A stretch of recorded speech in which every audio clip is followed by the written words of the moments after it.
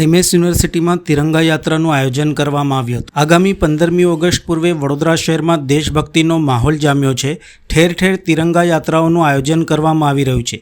આઝાદી પર્વની ઉજવણી અંતર્ગત યુવા મોરચા અને એમએસ યુનિવર્સિટીના વિદ્યાર્થીઓના માધ્યમથી આજે તિરંગા યાત્રાનું એમએસ યુનિવર્સિટીમાં આયોજન કરવામાં આવ્યું હતું।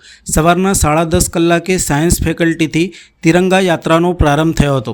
આ પ્રસંગે વડોદરા શહેર બીજેપી પ્રમુખ ડૉક્ટર જયપ્રકાશ સોની તથા બીજેપીના આગેવાનો, યુવા મોરચાના કાર્યકરો, એમએસ યુનિવર્સિટીના વિદ્યાર્થીઓ તિરંગા યાત્રામાં જોડાયા હતા। તિરંગા યાત્રા સાયન્સ ફેકલ્ટી થઈ કાલાઘોડા સર્કલ થઈ એમએસયુ પેવેલિયન ખાતે પૂર્ણ થઈ હતી। ભવ્ય તિરંગા યાત્રામાં મોટી સંખ્યામાં વિદ્યાર્થીઓ જોડાયા હતા।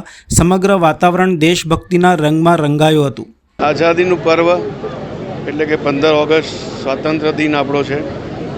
તે દિવસે અને એના આગલા દિવસોમાં એક દેશભક્તિનો જુવાળ જોવા મળતો હોય છે।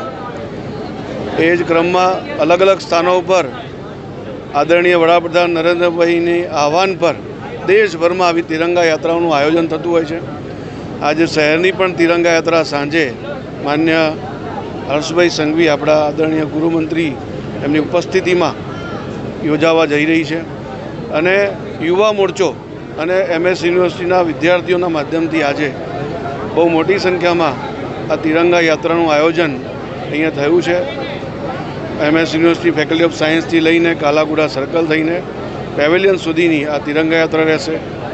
કુલ મળીને દેશભક્તિનો ભાવ દરેકમાં જાગૃત થાય। સ્વતંત્રતા આપણને સહેલી રીતે નથી મળેલી, એ સ્વતંત્રતા યાદ રાખવી જોઈએ। આ આઝાદીના પર્વને આપણે મનાવવું જોઈએ, આપણા આગળની ભાવિ પેઢીને પણ જાગૃત કરવી જોઈએ। એ સંદર્ભમાં આ તિરંગા યાત્રાનું આયોજન થયું છે। સૌ કાર્યકર્તાઓને, એમએસયુના વિદ્યાર્થીઓને, સૌને હું ખૂબ ખૂબ અભિનંદન આપું છું અને શુભકામનાઓ પાઠવું છું।